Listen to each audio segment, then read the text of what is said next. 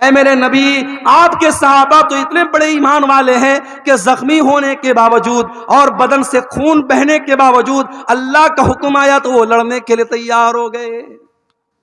یہ تھے نبی کے صحابہ، وہ نبی کے لیے، اللہ کے دین کے لیے، اپنے نبی کے دفاع کے لیے، اپنے دین کے ڈیفنس کے لیے ہر وقت تیار رہتے تھے میرے بھائی۔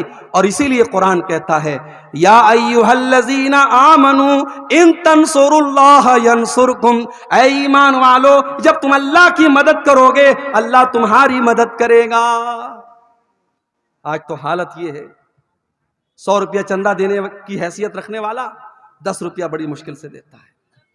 کبھی غور کرنا، ریسٹورنٹ میں 10 کی نوٹ آپ کو بہت کم ملے گی، شراب کے اڈوں پر 10 کی نوٹ بہت کم ملے گی، زنا کے اڈوں پر 10 کی نوٹ بہت کم ملے گی، مسجد کی پیٹی میں دیکھنا 10 کی نوٹ بہت زیادہ ملے گی۔ جو سب سے چھوٹا اماؤنٹ ہوتا ہے وہ ہم مسجدوں میں دیتے ہیں، مدرسے میں دیتے ہیں۔ ہمارے یہاں سائنس پڑھانے والا ٹیچر آئے ہم 2000 روپیہ مہینہ دیں گے، میتھ پڑھانے والا ٹیچر آئے ہم 3000 روپیہ مہینہ دیں گے، ہندی اور انگلش پڑھانے والے کو 1000 روپیہ مہینہ دیں گے، اور بیچارے مولوی صاحب اور حافظ صاحب قرآن پڑھانے کے لیے آئیں گے تو ہم مول بھاؤ کریں گے، حافظ صاحب 500 روپیہ لے لیجیے۔ قرآن اور دین کے علم کی ویلو ہم نے گھٹا کے رکھی ہے میرے بھائی۔ انگلش میڈیم کے نام پر ہماری جیبوں سے 2-2000 روپے فیس نکل جاتی ہے، اور مدرسے میں کہیں 100 روپے فیس لگ جائے تو ہم تانا مارتے ہیں صاحب مدرسے والے بھی 100 روپیہ فیس مانگنے لگے۔ دین کی ویلو کو ہم نے کم کر دیا میرے بھائی، دین کی اہمیت ہماری نظروں میں ہم نے حقیر کر دیا، اور آج حالات یہ ہیں دین کو ساری دنیا میں تماشا بنا کے رکھ دیا گیا۔ میرے پیارے ساتھیو، جنگ تبوک کا موقع یاد کرو، جنگ تبوک کا موقع یاد کرو۔ گرمی کا موسم ہے، مئی جون کا مہینہ ہے، کھجوروں کے پکنے کا ٹائم ہے۔ اللہ کے نبی اپنے صحابہ سے کہتے ہیں اے میرے صحابہ ہم کو تبوک کے لیے جانا ہے، ہم کو 700 کلومیٹر لمبا سفر کرنا ہے۔ اے میرے صحابہ میرے پاس ہتھیار نہیں ہے، میرے پاس سواری نہیں ہے، اے میرے صحابہ تم تعاون کرو، تم دان دو، تم چندہ دو، اے میرے صحابہ میں تمہیں جنت کی گارنٹی دیتا ہوں۔ صحابہ کرام نے اپنی اپنی حیثیت کے مطابق، اپنی اپنی طاقت کے مطابق بڑھ چڑھ کر کے تعاون کرنا شروع کیا۔ عثمان غنی نے بہت سارے اونٹ بھی دے دیے، بہت سارے گھوڑے بھی دے دیے، اور 1000 سونے کے سکے بھی دے دیے۔ بہت سارے صحابہ غریب تھے، مزدور تھے، مزدوری کیا کرتے تھے، کوئی 1 مٹھی کوئی 2 مٹھی گیہوں لا رہا ہے، جو لا رہا ہے۔ اے اللہ کے پیارے نبی میں یہ محنت کر کے مزدوری کر کے یہ لایا ہوں، اے اللہ کے نبی اس کو لے لیجیے۔ اللہ کے نبی سب کا چندہ لے لیتے تھے، سب کا دان لے لیتے تھے۔ اتنے میں حضرت عمر فاروق آئے۔ عمر فاروق، ان کے دل میں تمنا پیدا ہوئی، ہمیشہ نیکی کے معاملے میں ابو بکر کا نمبر سب سے آگے رہتا ہے، آج عمر کا نمبر آگے رہے گا، آج عمر آگے بڑھ کے دکھائے گا۔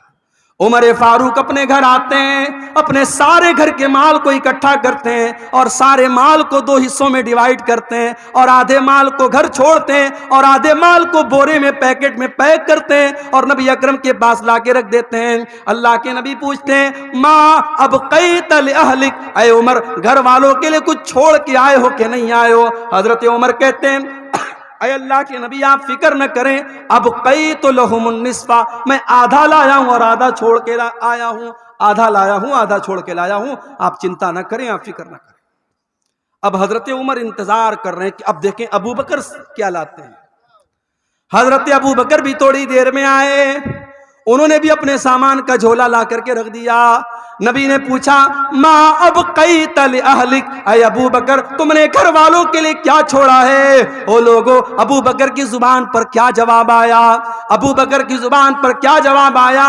شاعر کہتا ہے نبی نے جو پوچھا کہ کیا ساتھ لائے تو صدیق اکبر کے ہونٹوں پہ آیا، وہاں مال و دولت کی کیا ہے حقیقت، جہاں جا لٹانے کو دل چاہتا ہے۔ ابو بکر صدیق کہتے ہیں ابقیت لہم اللہ ورسولہ، اے اللہ کے نبی میں اپنے گھر والوں کے لیے اللہ کو چھوڑ کے آیا ہوں، اس کے رسول کو چھوڑ کے آیا ہوں۔ اے اللہ کے نبی میں گھر میں کچھ بھی نہیں چھوڑا، میں نے گھر میں جھاڑو لگا دیا، میں سب لے کے آیا ہوں، آج اللہ کے دین کو میرے مال کی ضرورت ہے۔ اے اللہ کے نبی اب میں اپنے گھر میں کچھ چھوڑ کے نہیں آیا۔ یہ نبی کے صحابہ تھے۔ میری پیاری ماں اور بہنوں، آج وہ جذبہ ہمارے اور آپ کے اندر نہیں ہے۔ اللہ کی مدد کہاں سے آئے گی؟ ہماری زندگیوں میں دین کی کوئی حیثیت نہیں ہے۔ ہماری 24 گھنٹے میں ہم اگر غور کریں ہم دین کے لیے کتنی محنت کر رہے ہیں اور دین کے لیے ہم کیا کر رہے ہیں میرے بھائیوں، ہم کچھ نہیں کر رہے ہیں۔ اللہ کا وعدہ تو سیدھا سیدھا ہے، ان تنصروا اللہ ینصرکم، جب تم اللہ کے دین کی مدد کرو گے اللہ تمہاری مدد کرے گا۔ غزوہ احد کا وہ منظر بھی یاد کرو میرے بھائی، ایک عورت آتی ہے، بتایا گیا تیرا بھائی شہید ہو گیا ہے، تیرا باپ شہید ہو گیا ہے، تیرا شوہر شہید ہو گیا ہے۔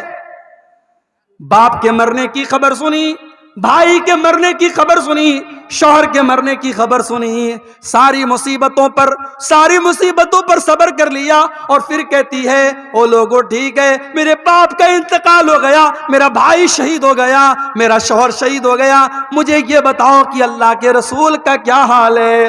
لوگوں نے کہا اللہ کے رسول بالکل صحیح سلامت ہیں۔ اس نے کہا نہیں، جب تک میں اپنے نبی کا دیدار نہ کر لوں، جب تک میں اپنے نبی کو دیکھ نہ لوں مجھے چین نہیں مل سکتا۔ لوگوں نے دیدار کرایا، لوگوں نے دکھایا دیکھو یہ اللہ کے نبی ہیں۔ جب اللہ کے نبی کو دیکھتی ہے تو کیا کہتی ہے؟ کل مصیبت بعدک جلل یا رسول اللہ، اے اللہ کے نبی آپ کے رہتے ہوئے ساری مصیبتیں میرے لیے آسان ہیں۔ اے اللہ کے نبی آپ زندہ ہیں، آپ صحیح سلامت ہیں، مجھے باپ کے جانے کا، مجھے بھائی کے جانے کا، مجھے شوہر کے جانے کا کوئی دکھ نہیں ہے۔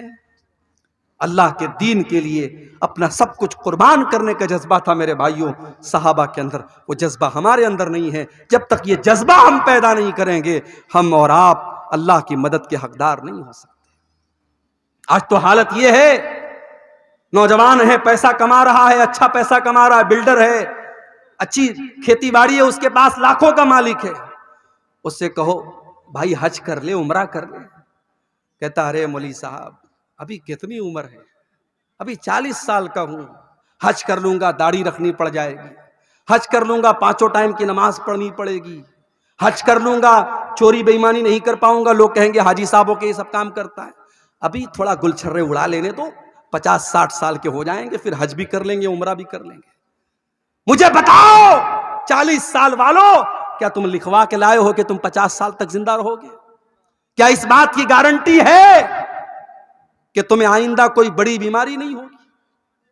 اتنی چھوٹی سی عمر میں نے اپنی آنکھوں سے دیکھا ہے میرے بھائیوں، اپنی آنکھوں سے دیکھا ہے کتنے نوجوانوں کو اپنی آنکھوں سے دیکھا ہے، کوئی ایکسیڈنٹ میں مارا گیا، کوئی گھر سے نکلا تھا سیر و تفریح کرنے کے لیے، میری وائف میری اہلیہ کے خالہ کا بیٹا تھا، حافظ قرآن تھا، بڑا نیک بچہ تھا، عالم بھی تھا، گھر سے نکلا تھا، بقرعید کا موقع تھا، عید الاضحیٰ کا موقع تھا، اور اگر میری یادداشت دھوکہ نہیں کھا رہی شاید 4تھا دن تھا، دوستوں کے ساتھ بنارس میں وہ تفریح کرنے کے لیے گھومنے کے لیے بائک سے نکلا، اور میری اہلیہ اپنے مائکے میں تھیں، اور ان کی جو خالہ تھیں جو اس لڑکے کی ماں تھی وہ بھی اپنی بہن کے گھر آئی تھیں، اور بقرعید کا تہوار آپ جانتے ہیں کھانے پینے کا تہوار ہے، طرح طرح کی ڈشز کھائی جا رہی ہیں۔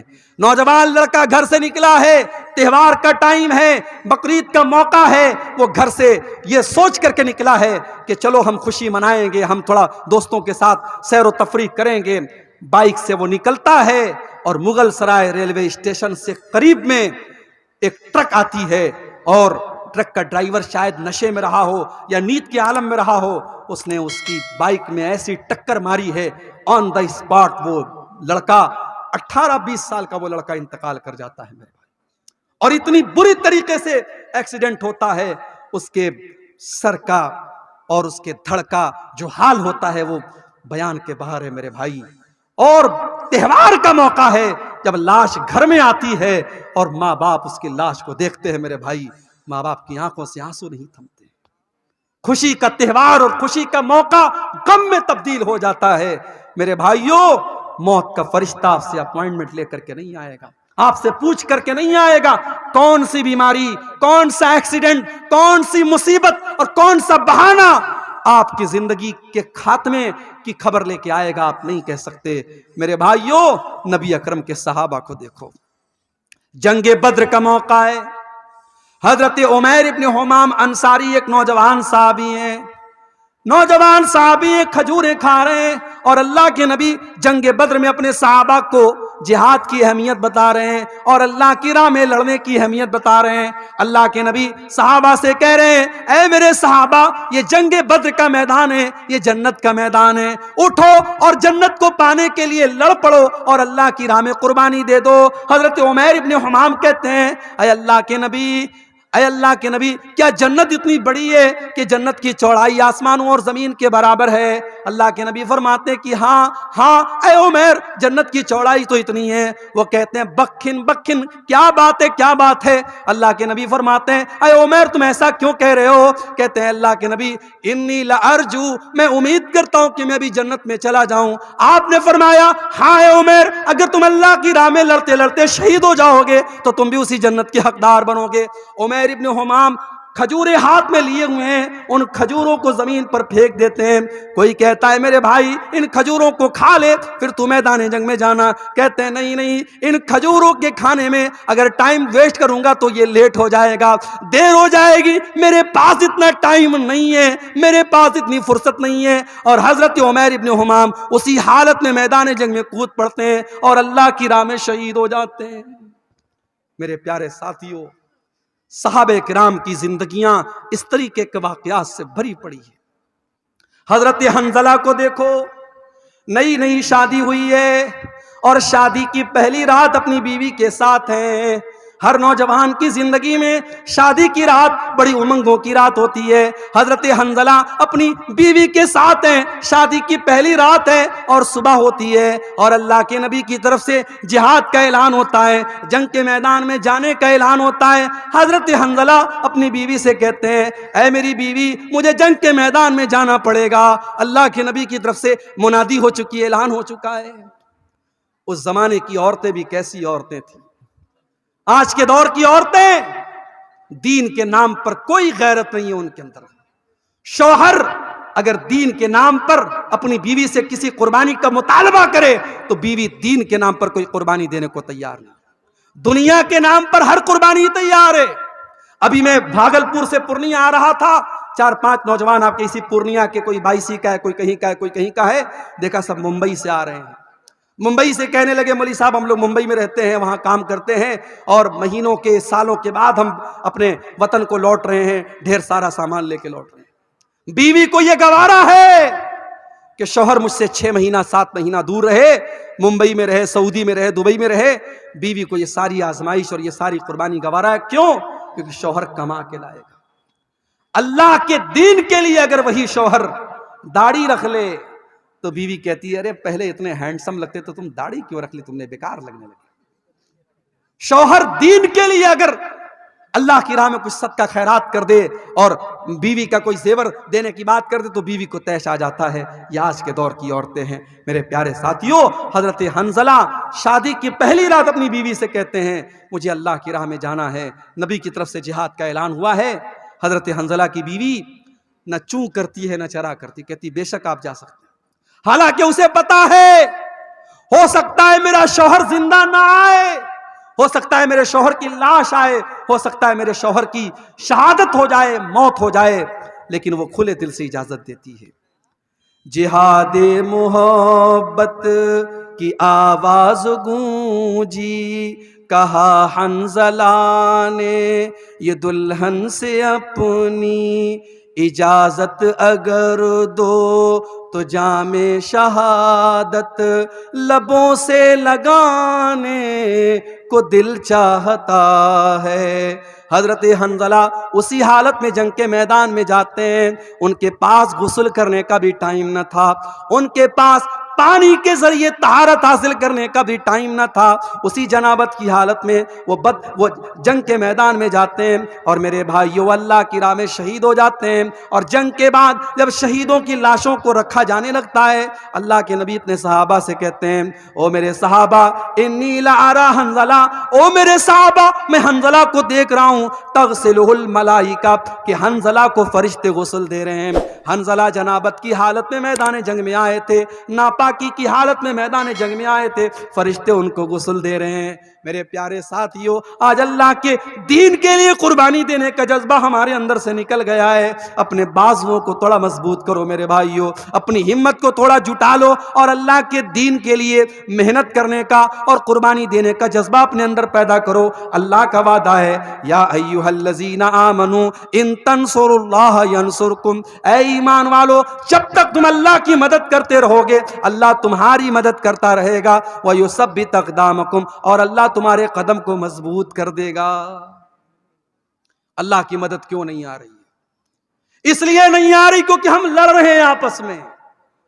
مولانا جرجیز صاحب گرفتار ہوئے، بنارس کے بریلویوں نے، ہمارے بریلوی بھائیوں نے، کتنے بھائیوں نے مٹھائیاں تقسیم کی کہ چلو اہل حدیث کا مولانا گرفتار ہو گیا، چلو ہمارے مسلک کے خلاف تقریر کرنے والا اور دوسرے مسلک کا مولوی گرفتار ہو گیا۔ لوگوں نے خوشیاں منائی تھیں، اور آج جب مولانا سلمان اظہری گرفتار ہوئے تو ان کو محسوس ہوا کہ جب آگ لگے گی تو گھر تو ہمارا بھی جلے گا۔ آج آگ لگی ہے، آج ان کے مسلک کے عالم کو گرفتار کیا گیا، اور اللہ کا شکر ہے کسی اہل حدیث نے یہ اس پر خوشی کا اظہار نہیں کیا، بلکہ بہت سارے اہل حدیث علماء نے، اور میں خود ان میں شامل ہوں، میں نے بھی اس کی مخالفت کی اور میں نے سپورٹ کیا کہ مولانا مفتی سلمان اظہری کو گرفتار کرنا غلط ہے۔ اس طریقے کی بیان بازی تو بہت سارے لوگ دیا کرتے ہیں، ایک معمولی سے بیان پر اریسٹ کرنا اور گرفتار کرنا یہ انصاف کا تقاضا نہیں ہے۔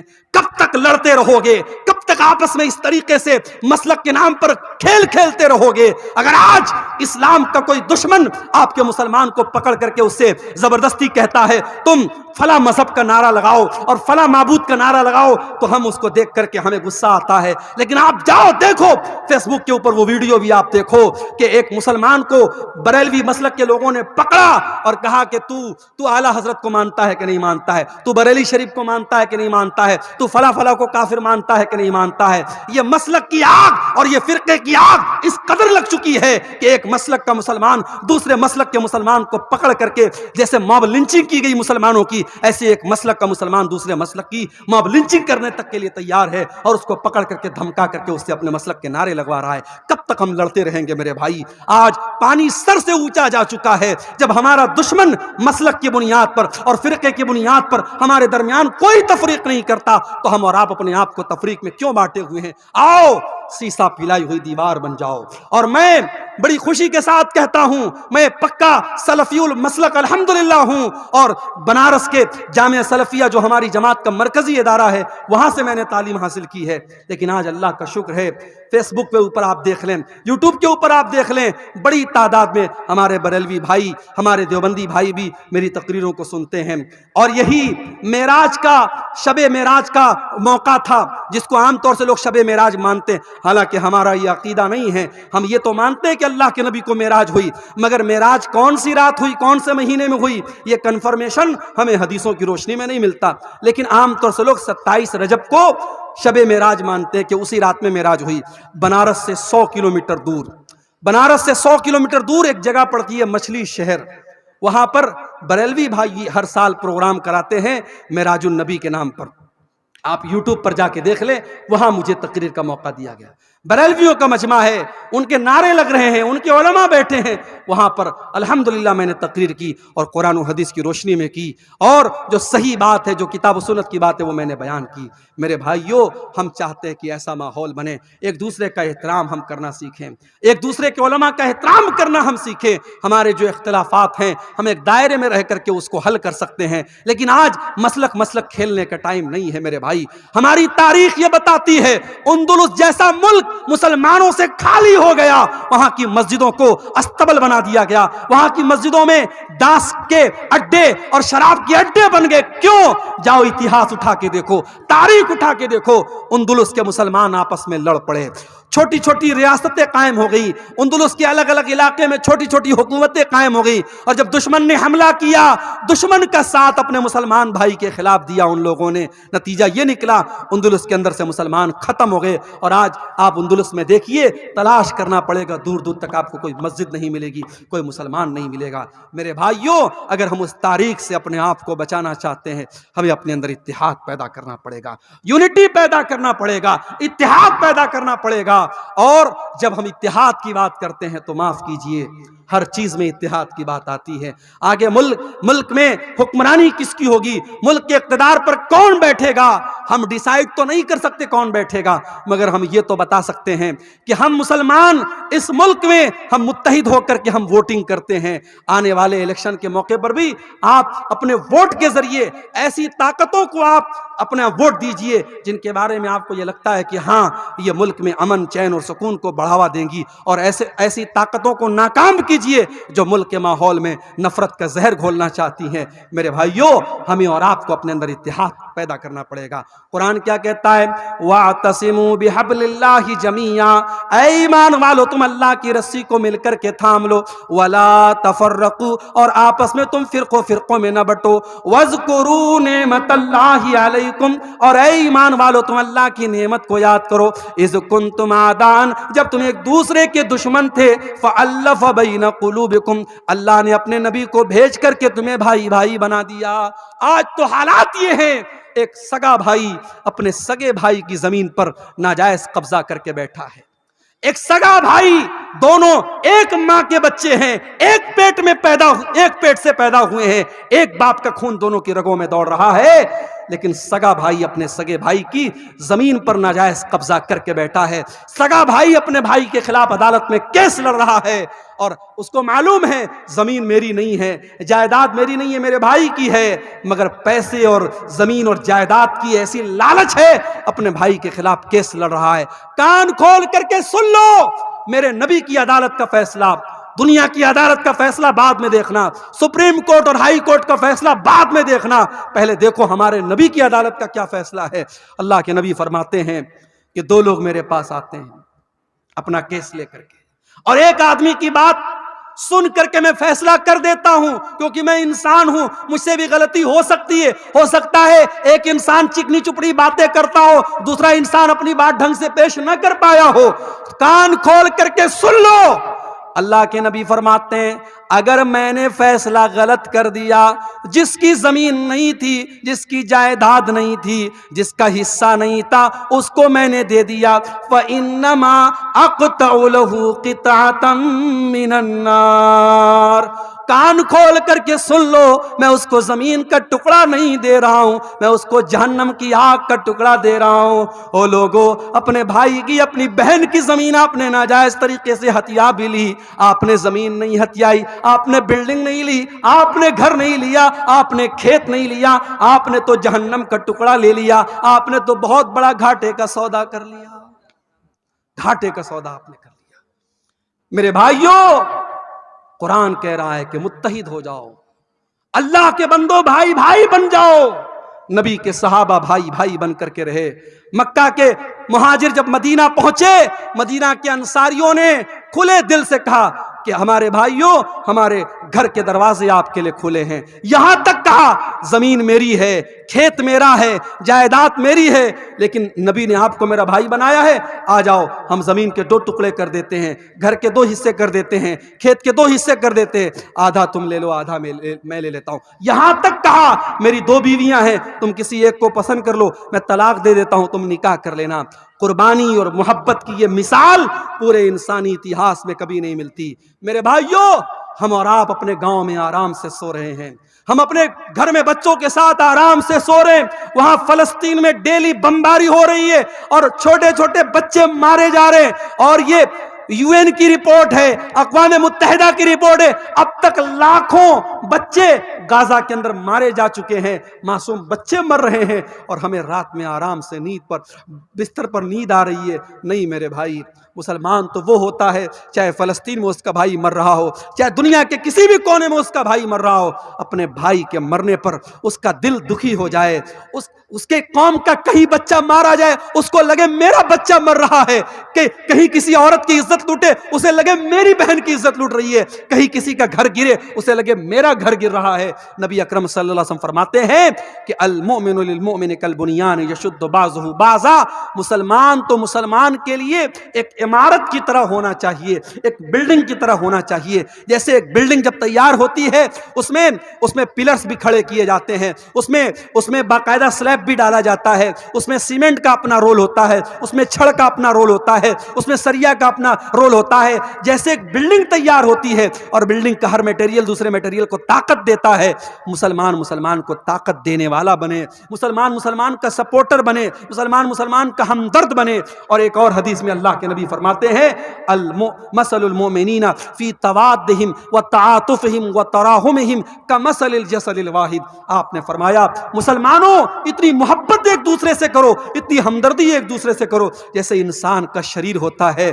مانو شریر میں، انسان کے جسم میں کہیں ایک کانٹا بھی چبھتا ہے پورا بدن بے چین ہو جاتا ہے۔ مسلمانوں تمہارے درمیان اتنی محبت ہونی چاہیے، آؤ اتحاد اپنے اندر پیدا کرو۔ برادری واد کے نام پہ مجھے معلوم ہے بہار میں بہت ساری جگہوں پر برادری کے نام پر بڑی کٹرتا ہے۔ اسی دربھنگا کے علاقے میں ایک گاؤں میں لوگوں نے بتایا بھی اور نیوز میں بھی آیا کہ ایک گاؤں میں انصاریوں کا راستہ الگ ہے، شیخ کا راستہ الگ ہے۔ آپ کے علاقے میں سرجا پوری اور شیرسا آبادی کے درمیان بڑے اختلافات کی خلیج ہے۔ میرے بھائی یہ وقت برادریوں کے نام پہ لڑنے کا نہیں ہے، یہ وقت فرقوں کے نام پہ لڑنے کا نہیں ہے، یہ وقت مسلک کے نام پہ لڑنے کا نہیں ہے۔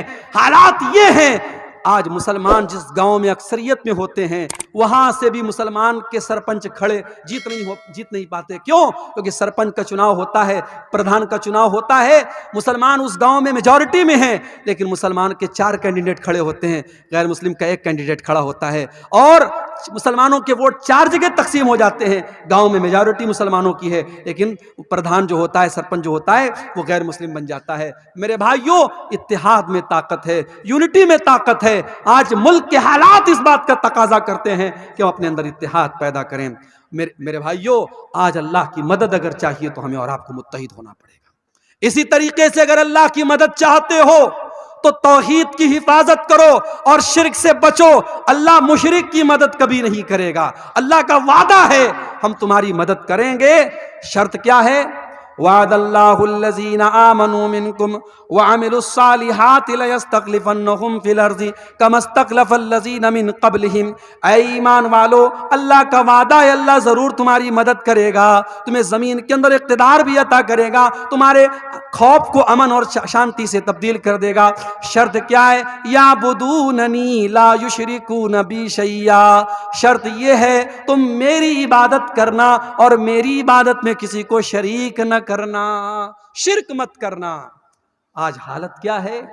حالت یہ ہے کہ ایودھیا سے 300 مسلمان لکھنؤ سے ایودھیا کا سفر کرتے ہیں۔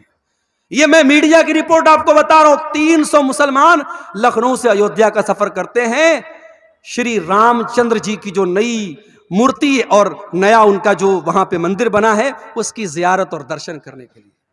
معاف کرنا، ایک مسلمان ہونے کے ناطے ہم شری رام چندر جی کا احترام کرتے ہیں، ان کا سمان کرتے ہیں، مگر ہم ان کی عبادت کو جائز نہیں سمجھتے۔ کیوں؟